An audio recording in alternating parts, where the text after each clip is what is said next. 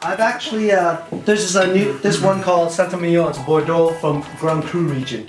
It's actually, when 05 is actually a very exceptional year, and for Burgundy, it's also a good year too.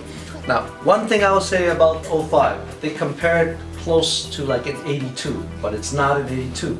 The main reason why, it's dry. Like that means, why do winemakers love it when it's dry? Because when there's a lot of rain, the grape that should be like this becomes this. And that means when you make the wine, it becomes watery. It tastes soupy, right? But because it's dry, less rain comes down, and then the grape that should be this becomes this. And that's when you press the juice, it just comes out. But a huge concentration, and what we usually like in Bordeaux, looking for this concentration ripe. The grapes are ripe, and that's, well, not too ripe, but when it's really ripe, which is sometimes difficult, it's really good. Yeah. So 05 was a perfect example, like 08. Yeah. 09. 09 and 10. One reason is less rain.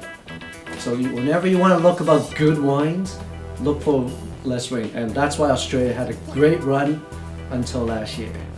Don't think about Australian wines for the next 5-7 years. Too much rain. But anyways, this one, Grand Cru Saint-Emilion. One thing about this Saint-Emilion, Grand Crus especially, they need 10 to 15 years before it reaches its prime.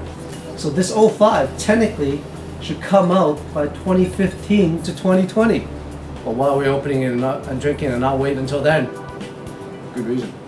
It's because we're trying for the great potential. And when there's good potential, that means, and we taste the fruits, then that means by 2015 to 2020, we could know that it's going to be popping out in flavor and jammy or whatever, that it becomes really nice. And this could hold out until maybe 2025 to 2030. Now, one thing about this also, when you open it, you gotta decant it. You can't just open it and wait 10-15 minutes and drink. Not gonna happen. Doesn't work with this. Because what you're gonna do is before you decant it, all of a sudden you're gonna taste, it tastes a little bit, I don't know, cheap. That's the easiest way I can say it. It tastes a little bit cheap for Grand Cru. Unfortunately, that's what happens.